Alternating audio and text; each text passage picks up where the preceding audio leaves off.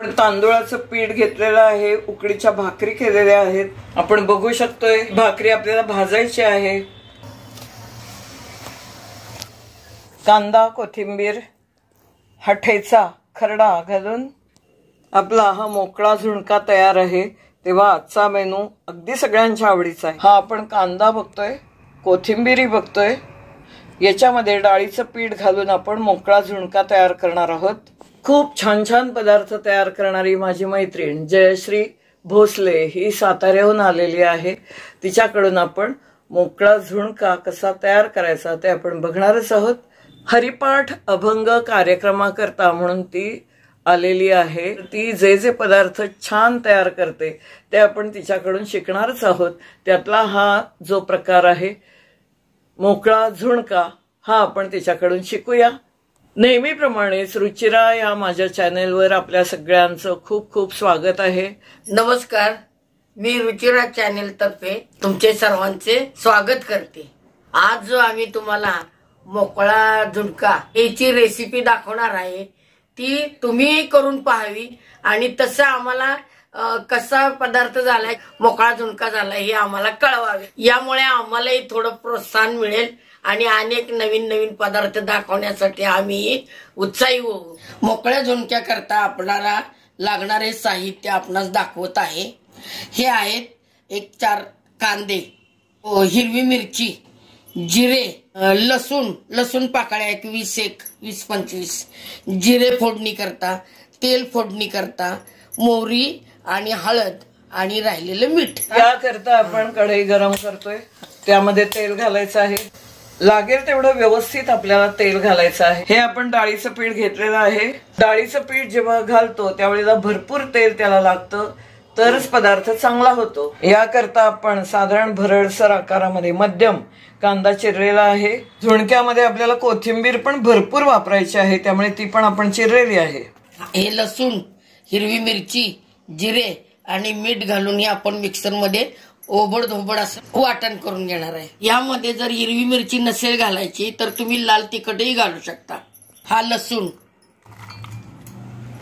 1 चमचा जिरे याच्यात घालूया. आता 1 चमचा मीठ घालूया. हे आपल्याला जाडसर वाटून घ्यायचं. आता आपण हिरवी मिरचीचं वाटण करून घेतलेलं आहे. नंतर कढई ठेवलेली आहे आपण गॅसवर.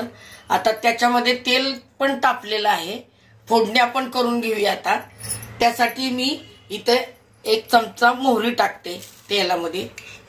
जयश्री, हे जे पीठ आहे ते आपल्याला कधी घ्यायचंय? पाण्यामध्ये कालवायचंय की कसं?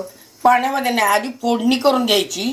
फोडणीमध्ये अर्धी वाटी पाणी टाकल्यानंतर पाण्याला उकळी आल्यानंतर मग ते पीठ सोडायचं त्याच्यात. अच्छा. आणि झाकण ठेवून वाफ देऊन घ्यायची. कांदा वगैरे आधी घालून, कांदा फोडणी करून घेतली की नाही, कांदा भाजून घ्यायचा, जिरे मोहरी टाकायची आणि मग त्याच्यामध्ये अर्धी वाटी पाणी टाकायचं आणि पाणी टाकल्यानंतर त्याला उकळी आल्यानंतर मग आपण पीठ टाकणार आहोत. बर. मोहरी छान फुटू द्यायची.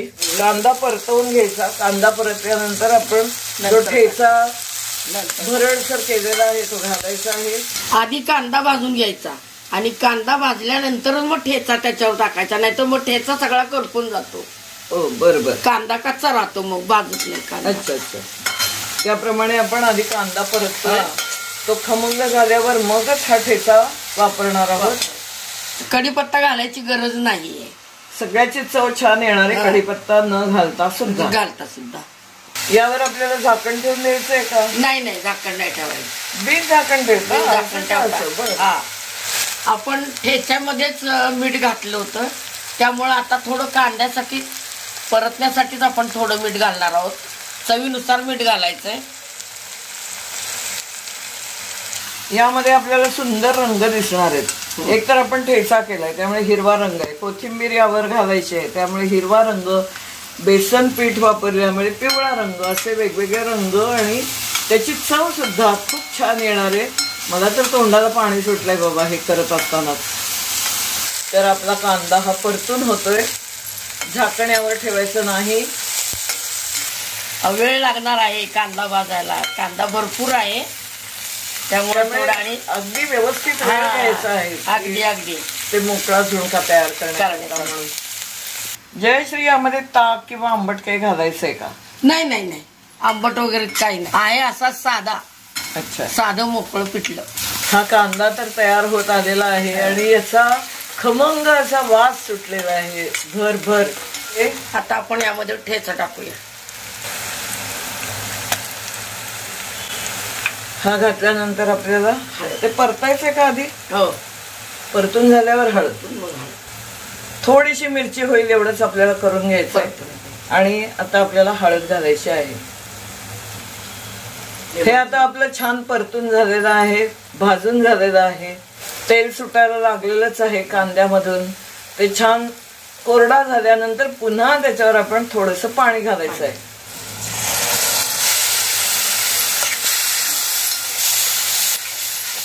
पाणी आळलं जातं.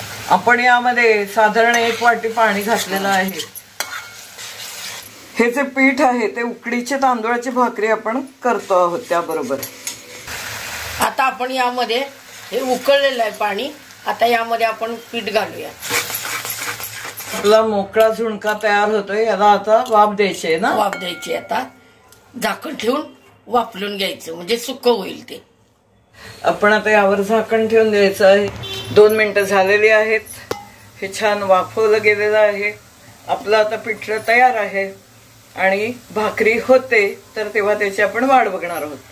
लागेल तसं वरून पण तेल आपल्याला घालायचं आहे. कच्च्या तेलाचा कधीच वास येत नाही, ते घातलं तरी चालणार आहे. एकदम मस्त चव येते. आपण आता कोथिंबीर सुद्धा वापरू शकतो. मुबलक कोथिंबीर घालायची आहे की त्याची चव मस्त आली पाहिजे. आणि आपला मस्त मोकळा झुणका तयार आहे. पिठलं तयार झाल्यानंतर आपण गॅस बंद करू शकतो, कारण तेवढ्या उष्णतेवर हे पिठलं मस्तपैकी गरम राहतं. या उकडीच्या भाकरी आपण करून घेतलेल्या. ही भाकरी आपण लाटलेली आहे. उकडीची असल्यामुळे यावर आपल्याला पाणी लावायचं नाहीये.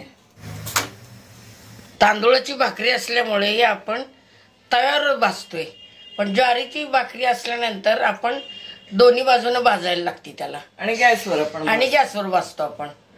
पुढची भाकरी आपली तयार आहे, ती पण आपण भाजून घ्यायची. मस्त अशी टम्म भाकरी फुगली. याच्या बरोबर झुणका अप्रतिम. आपला मेनू आजचा तयार आहे की जे लोणच्याची रेसिपी मी अपलोड केलेली आहे. घरच्या हळदीचं लोणचं आहे. आंबे हळद, साधी हळद आणि मिरची यामध्ये घातलेली आहे. त्याचबरोबर कांद्याचा झुणका, मस्त भाकरी, त्यावर घरच्या दुधाचं लोणी, अशी ही आपली आजची रेसिपी तयार आहे. तुम्हाला हे चॅनल जर आवडलं असेल तर जरूर सबस्क्राईब करा. आम्हाला हे जे व्हिडिओ मी तयार करते ते कशा प्रकारचे आहेत तेही कळवायला विसरू नका, कारण हेच प्रोत्साहन आहे. त्याचप्रमाणे रुची रागदारीनी सुरू झालेलं हे रुचिरा चॅनल आपल्याला खूप आनंद देऊन जाईल. तुम्हाला जर संगीताबद्दलची आवड असेल, हरिपाठाबद्दलची असेल तर त्याही बद्दलचे व्हिडिओ आहेत. परीक्षाची तयारी म्हणून विद्यार्थ्यांसाठी काही चिजा, सरगमगीत, नोटेशन याप्रमाणे व्हिडिओ तयार केलेले आहेत. जसं तुम्हाला हवंय त्याप्रमाणे याचा तुम्ही आनंद घेऊ शकता. हे भाकरी आणि पिठलं केलेलं आहे. जयश्री याचा आस्वाद घेते आणि ती सांगेल की कसं लागतं ते. 1 नंबर झालेला आहे. चव अतिशय उत्कृष्ट छान झाली आहे. तुम्ही करून पहा आणि आम्हाला त्याच्या प्रतिक्रिया द्या. धन्यवाद जयश्री, तू आम्हाला सगळ्यांना रेसिपी शिकवल्याबद्दल. या प्रकारचं वेगळंच पिठलं आम्ही पण तयार करून बघू आणि तुला नक्की कळवू. धन्यवाद. नमस्कार.